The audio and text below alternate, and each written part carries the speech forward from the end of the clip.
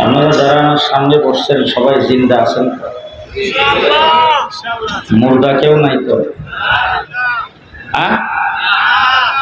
দুই নম্বর প্রশ্ন আপনাদের সামনে, আপনারা যারা আমার সামনে, আপনারা কি সবাই পুরুষ? সবাই পুরুষ তো? জি, তাইলে পুরুষ হিসাবে, মুসলমান হিসাবে আর জিন্দা আছেন হিসাবে আপনাদের আওয়াজটা এরকম জিন্দা মানুষের মতো যেন হয়। আমি আপনাদের কাছ থেকে কিছু জানতে চাব, আর আমি কয়েকটা কথা বলব। সব কথা এখন আমি মাহফিলে বলি না, আমি শ্রোতাদেরকে দিয়ে কিছু বলাই আর আমি কিছু বলি। কারণ 2 বছর শেখ হাসিনার মেহমানখানায় ছিলাম, এরপরে নিয়োগ করে আসছি যে সামনে যত কথা বলবো সব কথা নিজে বলবো না, শ্রোতাদের দিয়ে অর্ধেক বলাবো। আগামীতে ধরা খাইলে আপনাদের শুনতে। কথা কি বুঝাইতে পারতেছি? হ্যাঁ, এখন আপনারা বলেন তো, একটা কবরের কিনারে যদি কয়েক বছর নীরবে দাঁড়ায় থাকে, কবরের আজাব কয়দিনের জন্য মাফ? কথা আসতে কম। কোন ব্যক্তির বাবা যদি ইন্তেকাল করে, মা যদি ইন্তেকাল করে, কোনো আপনজন যদি ইন্তেকাল করে, আর সেই ব্যক্তি মা বাবার জন্য খুব দরদি ছিলেন, বেগম ইন্তেকাল করেছেন, বেগমের জন্য একদম তার খুবই দরদ, সেই দরদের কারণে যদি কবর দেওয়ার পরে কবরের কিনারে আজীবন দাঁড়ায় থাকে, নীরবে চুপচাপ দাঁড়ায় থাকে, কবরের আজাব কয়দিনের জন্য মাফ হবে?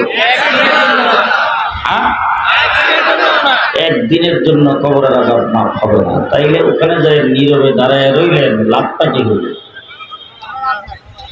আমার দেশের ভাষার জন্য যারা জীবন দিয়েছে, দেশটা মুসলমানের দেশ। কার দেশ? মুসলমানের দেশ। যারা ভাষার জন্য জীবন দিয়েছেন তাদের একজনের নাম বরকত, আরেকজনের নাম জব্বার, আব্দুল জব্বার, আব্দুল সালাম, আরেকজনের নাম রফিক। এই নামগুলির দ্বারা আপনারা কি বুঝতেছেন? তারা খ্রিস্টান ছিল, বৌদ্ধ ছিল, হিন্দু ছিল, কি ছিল? যে তারা ছিল মুসলমান। মুসলমানেরা আন্দোলন সংগ্রাম করে নিজের ভাষার জন্য জীবন দিয়েছেন। ভাষা, মাতৃভাষা, এটার দাম কত? আমার নবী মুহাম্মদ রাসূলুল্লাহ সাল্লাল্লাহু আলাইহি ওয়াসাল্লাম জন্মগ্রহণ করেছেন সৌদি আরব। কোথায়? ওখানকার ভাষা কি? আরবি। কোরআন শরীফ কোন ভাষায় নাযিল হয়েছে? আমার নবী কোন ভাষায় কথা বলতেন? রাসূল সাল্লাল্লাহু আলাইহি ওয়াসাল্লাম যদি বাংলাদেশে জন্মগ্রহণ করতেন, তাইলে আল্লাহ পাক রাসূলের মাতৃভাষায় কোরআন নাযিল করতেন। মাতৃভাষার গুরুত্ব আছে না? তাহলে এত গুরুত্বপূর্ণ নিজের মাতৃভাষাকে টিকাইবার জন্য যারা জীবন দিয়েছেন তারা অবশ্যই শহীদ। আমরা শহীদদেরকে স্মরণ করতে চাই কোরআন দিয়ে, আমরা শহীদদেরকে স্মরণ করতে চাই দোয়ার মাধ্যমে, আমরা শহীদদেরকে স্মরণ করতে চাই তাদের জন্য কিছু হাদিয়া প্রেরণ করে, আমরা শহীদদেরকে স্মরণ করতে চাই আল্লাহর দরবারে জান্নাত কামনা করে। নীরবে দাঁড়ায় থাইকা শত শত বছর দাঁড়ায় থাকলেও শহীদদের কোনো আত্মা যাবে না, কিনা বলেন? আজকে আমার বাংলাদেশকে মুক্ত করার জন্য যারা জীবন দিয়েছে, 15 বছর পর্যন্ত লড়াই কিন্তু আমরা করেছি। যারা ক্ষমতায় ছিল তারা বারবার বক্তৃতায় দাঁড়ায় খালি ডাকতো খেলা হবে, খেলা হবে, কিন্তু আমরা 15 বছর পর্যন্ত খেলার মাটি কিন্তু ছিলাম। আপনারা যারা এখানে আসেন কতটুকু চিনেন, কতটুকু জানেন জানি না। জেলখানায় যাওয়ার আগে যেই ভাষায় কথা বলেছি, জেল থেকে বের হয়েও কিন্তু সেই ভাষায় কথা বলেছি। জেলখানায় যাওয়ার আগে আমাদের আওয়াজ যেরকম ছিল, জেল থেকে বের হয়েও কিন্তু আমাদের আওয়াজের কোনো পরিবর্তন হয় নাই। আমরা খেলার মাঠে 15 বছর পর্যন্ত ছিলাম, কিন্তু তোমরা যারা খেলা হবে বলছো, তোমরা একদিনের জন্য খেলার মাঠে আসো নাই। তোমরা পুলিশ লীগের মাধ্যমে, তাদের অস্ত্রের মাধ্যমে আমাদের সাথে খেলা করেছো। তোমাদের কোনো শক্তি নাই। যদি শক্তি থাকতো তাইলে আজকে তোমরা কোথায়? যে গত পরশুদিন না কোন দিন শুনলাম তারা নাকি হরতাল দাস। আমি সকালবেলা ব্রাহ্মণবাড়িয়া রওনা হয়েছি, যাব মৌলভীবাজার। ব্রাহ্মণবাড়িয়া পর্যন্ত যাইতে আমার সময় লাগছে 7 ঘন্টা হরতালের কারণে। মানে রাস্তা এত খালি যে রাস্তায় গাড়ি টানতে ভয় করছে, এই জন্য আমার 7 ঘন্টা সময় লাগে। আপনারা ঘুমাই গেছেন? জি, রাস্তায় যানজটের কারণে আমি 7 ঘন্টা সময় লাগছে ব্রাহ্মণবাড়িয়া যাইতে, আর আমি কিন্তু তোলার আশি সালাম দেওয়া জানি। তোলার আশির বাড়ি সালাম দিয়ে দেখছি গোটা বাংলাদেশের টেকনাফ থেকে তেঁতুলিয়া পর্যন্ত তোমাদের সাও বাচ্চা কাউকে পাওয়া যায় নাই রাস্তায়। যারা কথা না বলবে হেরা কাওয়া কাদের দলের লোক। চুপ করে যদি পয়সা থাকে আপনার পাশের লোকটাকে চিনবেন ভালো করে, কথা না বললে কাওয়া কাদের দলের লোক। তুলার আশি দিয়ে তোমাদেরকে কোথাও পাওয়া যায় না। আমরা আগেও মাঠে ছিলাম, এখনো মাঠে আসি। যদি দেখতে চাও তাইলে মাঠে আসো, দেখি কত দানে কত চাউল। আমার বাংলাদেশে যারা জুলাই আগস্টের আন্দোলন করেছেন, আবু সাইদের কবর জিয়ারত করার জন্য গিয়েছিলাম। তখন আমাকে একটা ছেলে এসে পেছন দিক থেকে তার মোবাইলটা আমার সামনে এইভাবে ধরলেন। আমি খুব প্রথম বিরক্ত হলাম। বিরক্ত হয়ে তার দিকে তাকায় তাকে একটা ধমক দিলাম। সে বললো যে হুজুর একটু মেহেরবানি করে মোবাইলটা দেখেন। আমি দেখি সেখানে আবু সাইদের ছবি। আমি বললাম যে এটা তো আবু সাইদের ছবি, হুজুর পাশের ছেলেটাকে চিনেন কিনা? আমি বললাম যে না, তাকে তো চিনি না। সে আমাকে বলতেছে হুজুর আমাকে দেখেন। তার দিকে তাকায় দেখি পাশের ছেলেটা সেই। তখন তাকে আমি জড়াইয়া ধরলাম, জড়াইয়া ধরে বললাম আবু সাইদের কবর তো জিয়ারত করতে আসলাম, কিন্তু আবু সাইদ যখন গুলি খেয়েছেন, গুলি লাগার মুহূর্তে তার অবস্থাটা কি ছিল এই ব্যাপারে তুমি একটু স্মৃতিচারণ করবা, তুমি একটু বলবা। তখন সে তার গাল বাইবে পানি ঝরতেছে, আর সে বলতেছে হুজুর সে যখন গুলি খাইয়া নিচে যখন পড়ে গেছেন, মাটিতে পড়ে যখন কাতরাইতেছিল, তখন তার মুখ থেকে বের হইতেছিল আল্লাহু আকবার, আল্লাহু আকবার, আল্লাহু আকবার। আল্লাহু আকবার বলে যারা দেশকে মুক্ত করার জন্য জীবন দিয়েছে, আমরা তাদেরকে কোরআন দিয়ে স্মরণ করতে চাই, আমরা তাদেরকে দোয়ার মাধ্যমে স্মরণ করতে চাই, আমরা তাদেরকে ওয়াজ মাহফিলের মাধ্যমে স্মরণ করতে চাই, আমরা তাদেরকে ইসলামী সম্মেলনের মাধ্যমে স্মরণ করতে চাই। কি বলেন? কথা ঠিক না ঠিক? কথা ঠিক না ঠিক? আমার বন্ধুগণ, ইসলামের শহীদ শুধু একজন না, দ্বীনের জন্য তো শহীদ 1450 বছর। সর্বপ্রথম ইসলামের জন্য শাহাদত বরণ করেছেন হযরত সুমাইয়া। হযরত সুমাইয়া একজন নারী, সর্বপ্রথম ইসলামের জন্য শহীদ হয়েছে। এবং তার শাহাদতের অবস্থাটা কি ছিল? অত্যন্ত করুণ। আবু জাহেল তাকে ধরে নিয়ে গেছেন, আবু জাহেলের সঙ্গভঙ্গরা তাকে অ্যারেস্ট করে নিয়ে গেছে, নিয়ে তার জামা কাপড় সব খুলে উলঙ্গ করেছে। উলঙ্গ করে তার 2টা পায়ের সাথে রশি বাঁধছে, বান্দা 2টা গোড়াকে 2 দিকে খাড়া করে সেই গোড়ার সাথে রশিগুলি বাঁধছে। বান্দার পরে আবু জাহেল সামনে তীর নিয়ে দাঁড়াইছে।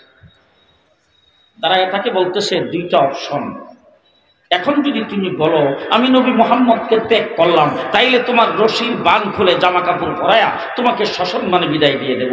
আর যদি বলো না মুহাম্মদের দলেই আসি, তাইলে তো বুঝতেই আসে কি হবে। বলো দেখি কোনটা রাখবা কোনটা ছাড়বা। এখন সুমাইয়া কোনো কথা বলে না, গাল বেয়ে বেয়ে পানি ঝরতেছে। আবু জাহেল মনে করছে ভয় পেয়ে গেছে।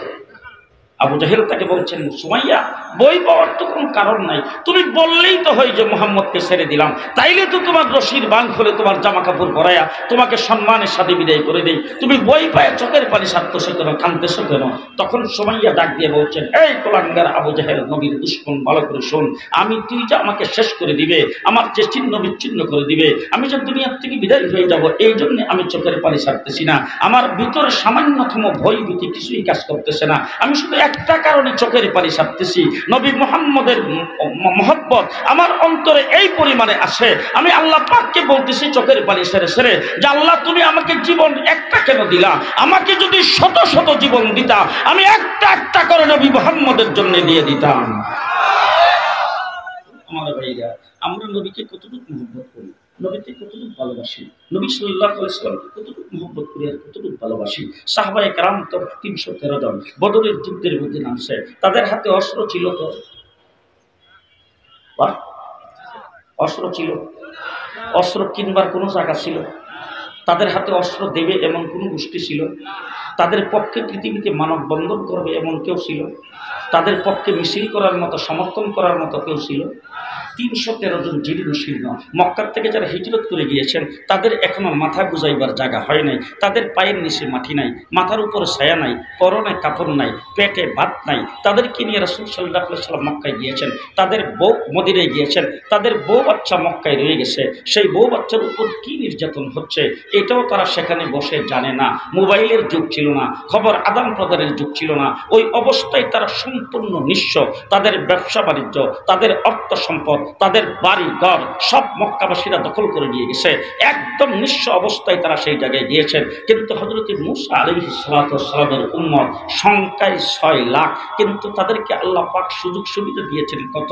আকাশ থেকে মান্না ওয়া সালওয়া, মুফতে খানা, গরম গরম খানা, খাবার টাইম হইলেই তাদের সামনে আসতো, আর সেই খাবার তারা খাইতো।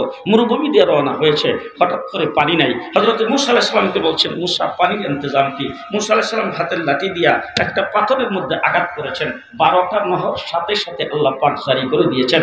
সাগরের পারে যায় দাঁড়াইছে, হযরত মূসা আলাইহিস সালাম লাঠি দিয়া পানির মধ্যে আঘাত করেছেন, সাগরের মধ্যখান দিয়ে রাস্তা হয়ে গেছে।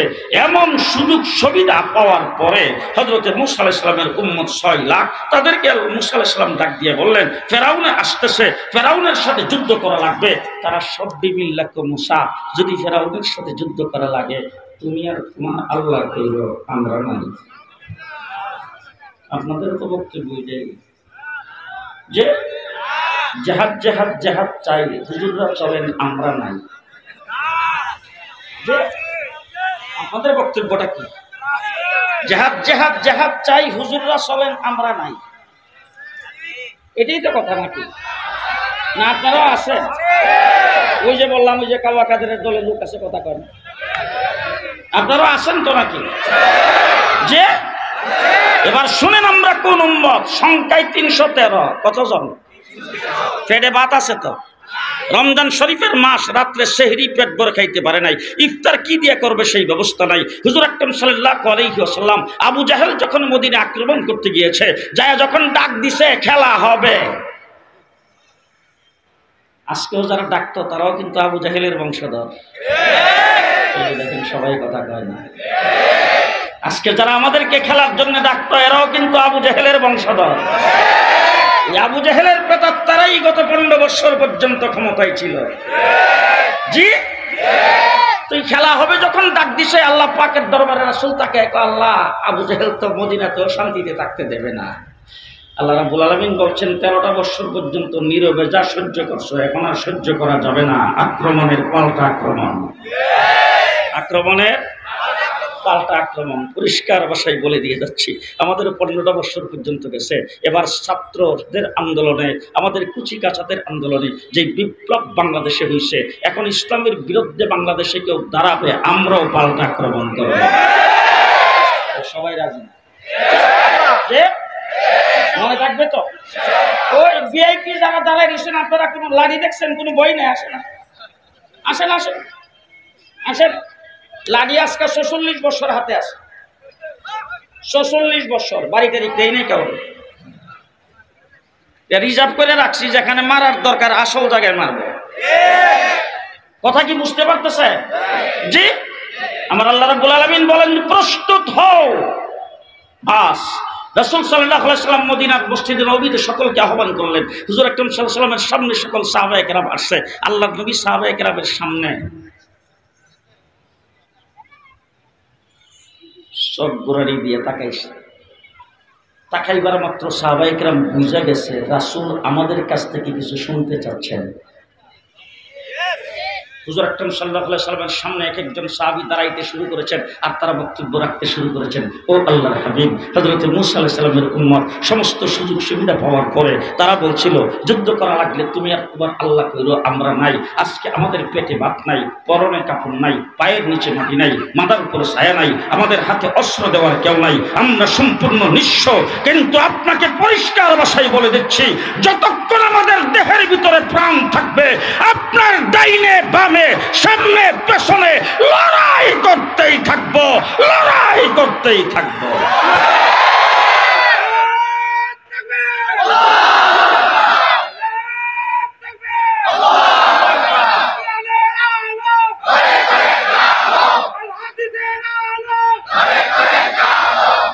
আমরা সেই নবীর উম্মত, আমরা সেই বদরের 313 জন সাহাবায়ে কেরামের উত্তরসূরি। কারা কারা দেখি, কারা কারা দেখি। আমরা বদরের 313 জনের সাহাবায়ে কেরামের উত্তরসূরি, ঠিক না বেঠিক? ঠিক না বেঠিক? সুতরাং সাহাবায়ে কেরাম 313 জন আল্লাহর নবীর সামনে দাঁড়ায় এই বলছে, ওই তখন থেকে দিন দেখেন খুব ভালো করে, অতীতে যত নবী পৃথিবীতে আগমন করেছেন কোন নবীর উম্মত এরকম বলে নাই, কোন নবীর উম্মত নবী চলে যাওয়ার পরে তার দিনকে টিকায় রাখার জন্য আবু বকর সিদ্দিকের মতো বলে নাই আয়ান কুসুদ্দিন ওয়া আনা হাইয়ুন, আমি জিন্দা থাকতে দিনের সামান্য ক্ষতি হবে আবু বকর বরদাস্ত করবে না। 1,24,000 নবীর উম্মত বলে না, আবু বকর সিদ্দিক বলেছেন। আমাদের সেই কথা এখনো আছে তো? জি আছে না? মুহাম্মদুর রাসূলুল্লাহ সাল্লাল্লাহু আলাইহি ওয়াসাল্লামকে তাইফের জমিনে পাথরের বৃষ্টির মতো আঘাত করেছে, ইসলামের লোম ছিঁড়ে গেছে। কথা আসতে কর, ইসলামের কি হয়েছে? ইসলামের কিছুই হয় নাই। রাসূল সাল্লাল্লাহু আলাইহি ওয়াসাল্লাম উহুদের লড়াইয়ে দান্দান শহীদ করেছেন, ইসলামের কিছুই হয় নাই। আমির হামদার লাশটাকে টুকরা টুকরা করা হয়েছে, ইসলামের সামান্যতম কিছু হয় নাই। খাব্বাব হুবাইবকে হত্যা করা হয়েছে, ইসলামের সামান্যতম কিছু হয় নাই। আবু বকর সিদ্দিককে পিটাইতে পিটাইতে নাকের হাড্ডি ভেঙে দেওয়া হয়েছে, ইসলামের সামান্যতম কিছু হয় নাই। হযরতে বেলালকে উত্তপ্ত বালির মধ্যে শেষরানো হয়েছে, ইসলামের সামান্যতম কিছু হয় নাই। হুনাইনের যুদ্ধে মুসলমানরা পরাজয় বরণ করেছে, ইসলামের সামান্যতম কিছু হয় নাই। আল্লাহর নবী হিজরত করে মদিনায় চলে যাইতে হয়েছে, ইসলামের সামান্যতম কিছু হয় নাই। মুহাম্মদুর রাসূলুল্লাহ সাল্লাল্লাহু আলাইহি ওয়াসাল্লামের বাহিনী হযরতে হুসাইন কারবালার ময়দানে টুকরা টুকরা হয়েছে, ইসলামের সামান্যতম কিছু হয় নাই। হযরতে ইবনে তাইমিয়াকে নির্যাতন করা হয়েছে, ইসলামের সামান্যতম কিছু হয় নাই। ইমাম বুখারীকে বখরাত থেকে বের করে দেওয়া হয়েছে, ইসলামের সামান্যতম কিছু হয় নাই। ইমাম আবু হানিফা রাহমাতুল্লাহি আলাইহি জেলখানার ভিতরে মৃত্যুবরণ করেছেন, ইসলামের সামান্যতম কিছু হয় নাই। ইমাম মালিককে পিটাইতে পিটাইতে তার হাড্ডি ভেঙে দেওয়া হয়েছে, ইসলামের সামান্যতম কিছু হয় নাই। ইমাম আহমদ ইবনে হাম্বলকে দৈনিক 80টা করে দুর্রা মারা হতো, ইসলামের সামান্যতম কিছু হয় নাই। মুজাদ্দিদ আল-ফিসানিকে জেলখানার ভিতরে বন্দী করা হয়েছে, ইসলামের সামান্যতম কিছু হয় নাই। আমার ভাইরা বালাকুটের ময়দানে সৈয়দ আহমদ বেরলভী শাহ ইসমাইল শহীদ শাহাদত বরণ করেছেন, ইসলামের সামান্যতম কিছু হয় নাই। 1857 খ্রিস্টাব্দে হাফেজ জামিন শহীদ হয়েছে, একদিনে 14,000 আলেমকে ফাঁসির কাস্টে ঝোলানো হয়েছে। ঢাকার ভিক্টোরিয়া পার্কের এমন কোনো গাছ ছিল না যেই গাছে আলেমদের লাশ ফাঁসির কাস্টে ঝুলে নাই, ইসলামের সামান্যতম কোনো ক্ষতি হয় নাই। শাপলা চত্বরে এক রাত্রে 1,54,000 গুলি চালানো হয়েছে, ইসলামের লুমটাও ছিঁড়তে পারে না।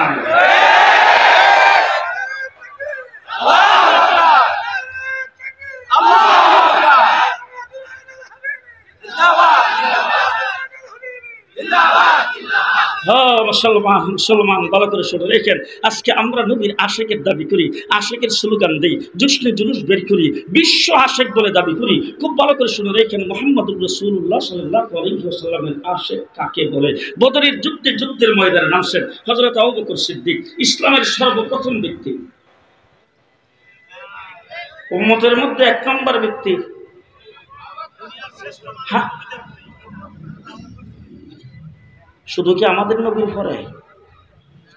যত নবী আছে সমস্ত নবীর পরে মানুষের মধ্যে শ্রেষ্ঠ ব্যক্তিটাকে আস্তে আস্তে আস্তে আস্তে আবু বকর সিদ্দিক মুহাম্মদুর রাসূলুল্লাহ সাল্লাল্লাহু আলাইহি ওয়াসাল্লামের 1 নম্বর উম্মত। রাসূল সাল্লাল্লাহু আলাইহি ওয়াসাল্লাম বলেছেন, হাসরের ময়দানে উম্মতের নাজাতের জন্য আবু বকর সিদ্দিকের আমলকে পেশ করা হবে। আবু বকর সিদ্দিক হুজুর আকরাম সাল্লাল্লাহু আলাইহি ওয়াসাল্লামের কি পরিমাণ মহব্বত করতেন। রাসূলুল্লাহ সাল্লাল্লাহু আলাইহি ওয়াসাল্লাম মেরাজ থেকে আসছে, আয়েশা যখন মানে মক্কায় যখন এই কথাটা বলছে, আবু জাহেল পাইছে। এইবার আবু জাহেল একজনকে দৌড়ে পাঠাইছে, আবু বকর সিদ্দিককে ডাক দাও, এখন যাইব কই? কারণ এরকম অবাস্তব কথা মানসিক কইতে দেয়। তার আশেপাশে যে সমস্ত লোক ছিল তাদেরকে জিজ্ঞেস করছে, তুমি কি বাইতুল মুকাদ্দাস গেছি কোনদিন? বলে জি স্যার গেছি। বলে তোমার কয়দিন লাগছে? বলে আমার গোড়াটা একটু তেজস্বী ছিল, আমার লাগছে 1.5 মাস। আরেকজনকে জিজ্ঞেস করছে, তুমি কি কোনোদিন গেছো? বলে আমি যে উটটাতে সোয়ার করছিলাম এই উটটা একটু দুর্বল ছিল, আমার লাগছে 2 মাস। তাহলে 2 মাস লাগছে তোমার লাগছে 1.5 মাস। আর হেদিকেও 1 রাত্রেই আইসে ওখান থেকে। পাশের থেকে একজন তো স্যার খালি তো বাইতুল মুকাদ্দাস না আরো উপরে বলবে, রাখবে না বাইতুল মুকাদ্দাসের আগে হিসাব দেয়ালো।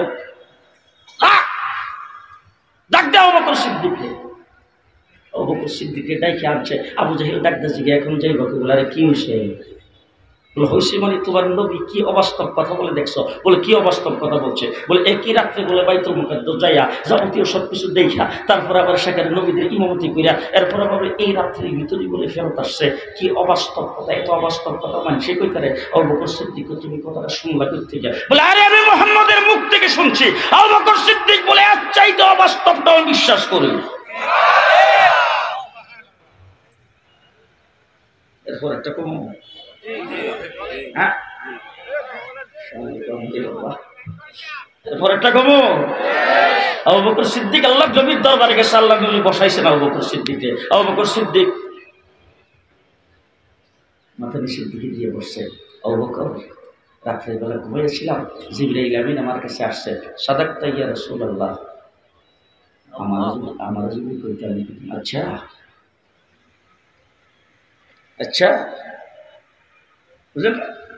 আবু বকর সিদ্দিক সাদাক্তা ইয়া রাসূলুল্লাহ, আমাকে ঘুম থেকে উঠায় হাতিমে কাবায় নিয়ে গেছে। সাদাক্তা ইয়া রাসূলুল্লাহ, এরপর আমার সিনাটাকে সাফ করছে। সাদাক্তা ইয়া রাসূলুল্লাহ, মাথা নিচের দিক দিয়ে কোনো প্রকার চুষে না। সাদাক্তা ইয়া রাসূলুল্লাহ, এরপর আমাকে বুরাকের উপর সওয়ার করাইছে। সাদাক্তা ইয়া রাসূলুল্লাহ, আমাকে সোজা নিয়ে বাইতুল মুকাদ্দাস চলে গেছে। সাদাক্তা ইয়া রাসূলুল্লাহ, বাইতুল মুকাদ্দাস যাওয়ার পথে আমি 3 জায়গায় নামছি। সাদাক্তা ইয়া রাসূলুল্লাহ, 2 রাকাত করে নামাজ পড়ছি। সাদাক্তা ইয়া রাসূলুল্লাহ, বাইতুল মুকাদ্দাস যায় দেখি 1,40,000 নবী সেখানে আগমন করেছেন। সাদাক্তা ইয়া রাসূলুল্লাহ, আমি নবীদের ইমামতি করে 2 রাকাত নামাজ পড়াইছি। সাদাক্তা ইয়া রাসূলুল্লাহ, এরপরে আমাকে জিবরাইল আমিন দিয়ে উপরের দিকে উঠতে শুরু করেছেন। প্রথম আসমান, দ্বিতীয় আসমান, তৃতীয় আসমান, চতুর্থ আসমান, পঞ্চম আসমান, ষষ্ঠ আকাশ, সপ্তম আকাশ। সাদাক্তা ইয়া রাসূলুল্লাহ, হযরত ইব্রাহিম আলাইহিস সালামের সঙ্গে বাইতুল মামুরে সাক্ষাৎ হয়েছে। সাদাক্তা ইয়া রাসূলুল্লাহ, আমি সিদরাতুল মুনতাহার বর্ডারে গেছি। সেখানে যে জিবরাইল আমিন আর যাইতে পারে নাই, আমি সেই বর্ডার ক্রস করে সামনের দিকে গেছি। সাদাক্তা ইয়া রাসূলুল্লাহ, সর্বশেষ যে আল্লাহ পাকের সান্নিধ্যে বসছি, আল্লাহর সঙ্গে কথা বলেছে।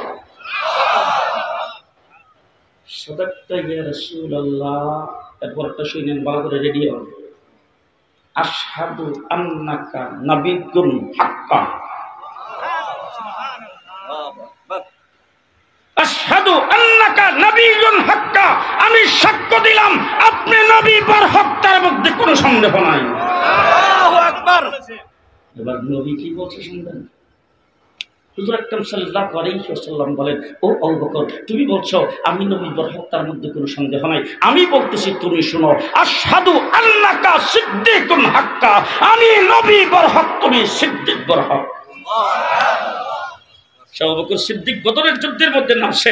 যুদ্ধের পরে তার ছেলে আব্দুর রহমান ইবনে আবু বকর বদরের যুদ্ধের সময় মুসলমান হয় নাই, পরবর্তীতে মুসলমান হয়েছে।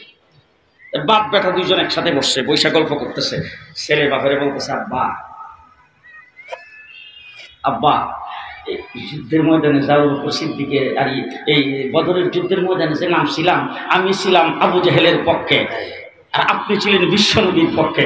আপনিও যুদ্ধে নাম ছিলেন, আমিও নাম ছিলাম, কিন্তু যুদ্ধের ময়দানে বেশ কয়েকটা জায়গায় আমি আপনাকে একদম তলোয়ারের কাছাকাছি পাইছিলাম।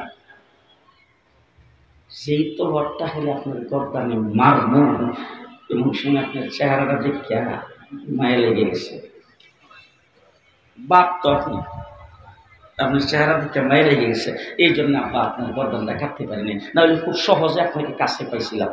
হযরত আবু বকর সিদ্দিক ডাক দেখে, বেটা আমার কাছ থেকে শুন, তুই তো আমার কাছে পাইছিলে, আমার চেহারা দেখে তোর মায়া লেগে গেছে, এই জন্য আমার গর্দান তুই কাটতে পারস নাই। আমি যদি তোর দেখতাম আর আমার পাশে যদি কোথাও পাইতাম, তুই যাই না রাখ ভালো করে, তোর চেহারা দেখে আর যাই করি আমার মায়া সামান্যতম তোর জন্য লাগতো না। তার কারণ হলো তোর মতো ছেলের চাইতে আমি নবীকে মহব্বত সবচাইতে বেশি করি।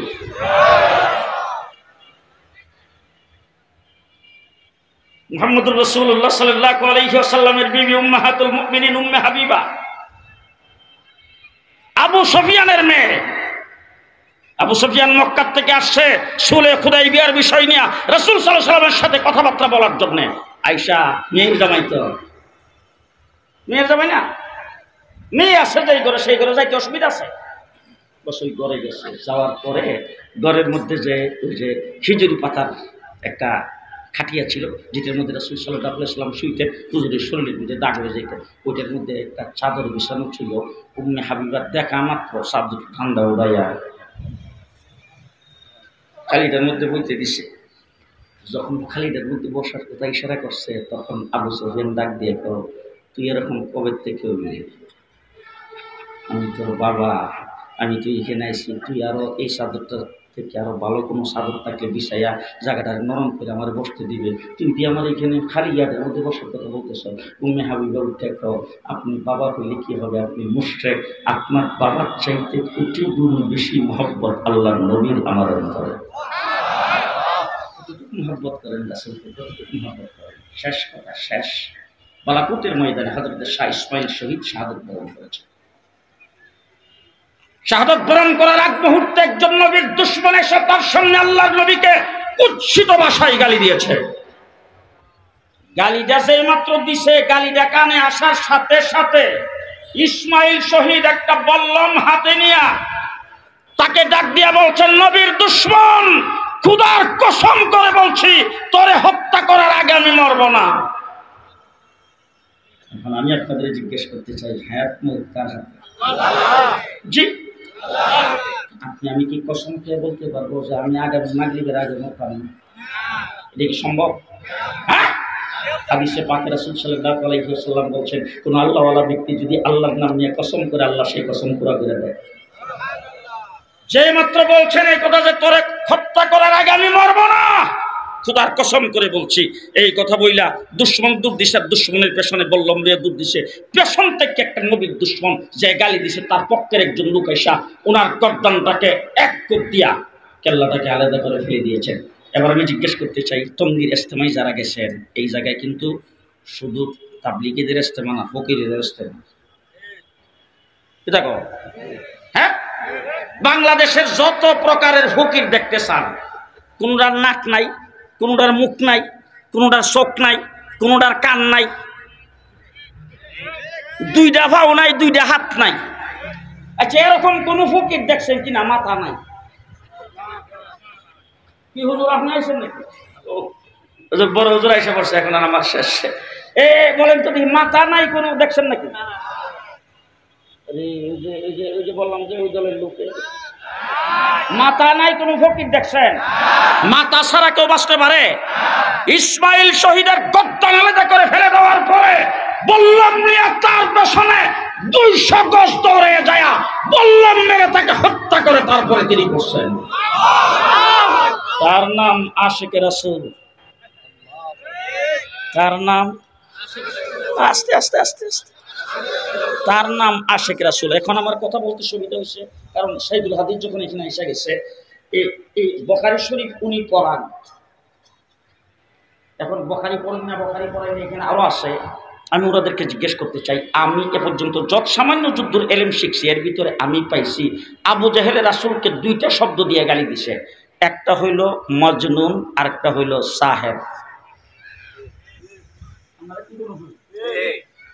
জাদুঘর আর হইল পাগল। এই 2টা শব্দের বাহিরে আবু জাহেল, আবু লাহাব, মক্কার কাফের মুশরিকরা আল্লাহর নবীকে গালি দেয় নাই। আমার বাংলাদেশে গত 15 বছরে রাসূলকে চরিত্রহীন বলেছেন, নারী পাগল বলেছেন। এই কথা শোনার পরে অন্তরে ব্যথা লাগছে কার কার? আজকে উলামায়ে কেরামকে সাক্ষী রেখে বলে গেলাম, যদি অন্তরে ব্যথা লাগা থাকে আপনি ইমানদার না হইলে বেঈমান। বেঈমান আপনি যদি অন্তরে ব্যথা না লাগে। এই সমস্ত কুৎসিত ভাষায় জঘন্য শব্দ উচ্চারণ করে বাংলা ভাষার জন্য জীবন দিয়ে যারা দেশকে রক্ষা করেছেন, ভাষাকে রক্ষা করেছেন, সেই ভাষাকে কলঙ্ক করে যারা গালি দিয়েছে, তাদের পক্ষে ছিল সরকার, তাদেরকে বিভিন্নভাবে প্রতিষ্ঠিত করেছেন। 2 নম্বর, আমি জিজ্ঞেস করতে চাই, আপনাদের এই কথা শুনলে ব্যথা লাগে না? লাগে না? আমার ঘটনা আরো শুনে ওগুলো বলার টাইম নাই। এই যে ইসমাইল শহীদকে যে শহীদ করছে, ইসমাইল শহীদ যে শহীদ হয়েছে, যাকে মারছে তার অন্তরে ব্যথা লাগছে দেখি তো, কথা কয় না? এরকম যাদের অন্তরে একটু বেশি ব্যথা লাগছে, আমরা তো হইলাম দুর্বল ইমান, শক্ত ইমান যাদের, তাদের অন্তরে ব্যথা লাগছে কিনা? ব্যথা লাগছে যে আল্লাহর নবীর মহব্বতে কেউ যায় যদি শাতিমা রাসূল যারা আল্লাহর নবীকে গালি দিয়েছেন তাদেরকে যদি হত্যা করে থাকে, তাদের উপর যদি আক্রমণ করে থাকে, নিশ্চয়ই তারা কোনো অন্যায় করে নাই, তারা রাসূল প্রেমিক। ঠিক কিনা বলেন? গত সরকার তাদের এরকম অনেককে কেস দিয়ে মামলা দিয়ে জেলখানার ভিতরে আটকে রেখেছেন। বর্তমান বিপ্লবী সরকারকে বলতে চাই, অনতিবিলম্বে তাদের মুক্তি দিতে হবে, নতুবা মুক্তির জন্য আন্দোলন হবে। 2 নম্বর কথা আপনাদের সামনে বলবো, আজও বাংলাদেশে অনেক মিছিল হয়েছে। বাংলাদেশের কুলাঙ্গারেরা, আর কুলাঙ্গার 1 নম্বর হলে শেখ হাসিনা। এটা আমরা আগেই জানতাম যে আমাদের মেয়েরা প্রেম করে নিছে। যখন কইছে যে এই স্বামী স্ত্রীর সম্পর্ক, তখনই আমরা বুঝে নিছি যে আসলে প্রেম করছে বড় সাংঘাতিক। আচ্ছা, প্রেম যদি মেয়ে করে তাহলে বাপে আর ভাইয়ে কি করে?